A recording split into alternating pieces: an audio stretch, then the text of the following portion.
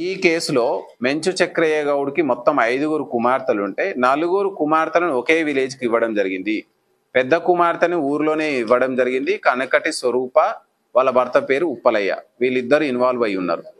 రెండవ కుమార్తె వేరే ఊరికి ఇచ్చినారు, వాళ్ళు ఈ కేసుకి ఎలాంటి సంబంధం లేదు. మూడవ కుమార్తె కనకటి సునీత, వాళ్ళ భర్త పేరు కనకటి వెంకన్న. A1 ఈ ఆధిపత్యం కోసం ఎవరైతే ఈ ప్లాన్ లో ప్రధాన ముద్దాయి ఉన్నాడో కనకటి వెంకన్న. అదేవిధంగా చివరి కుమార్తె 5వ కుమార్తె మనకు కనకటి కళ్యాణి, వాళ్ళ భర్త పేరు లింగయ్య. వీళ్ళిద్దరు కూడా ఇన్వాల్వ్, అంటే మొత్తం 3 అల్లుళ్ళు 3 కుమార్తెలు ఇన్వాల్వ్ అయినారు.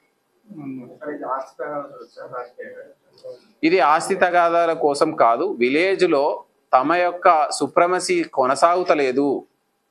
ఈవెన్ మేమందరము, ఎందుకంటే కనకటి వెంకన్న అనే అతను గతంలో మండలంలోనే ఒక ఆధిపత్యం చెలాయించినటువంటి వ్యక్తి. విలేజ్కి వచ్చేసరికి వాళ్ళ మామ మెంచు చక్రయ్యదే నడుస్తుంది, ఇతను అడ్డు తొలగిస్తే నాకు ఎలాంటి తిరుగుండదు అనేటువంటి ఒకే ఒక రీజన్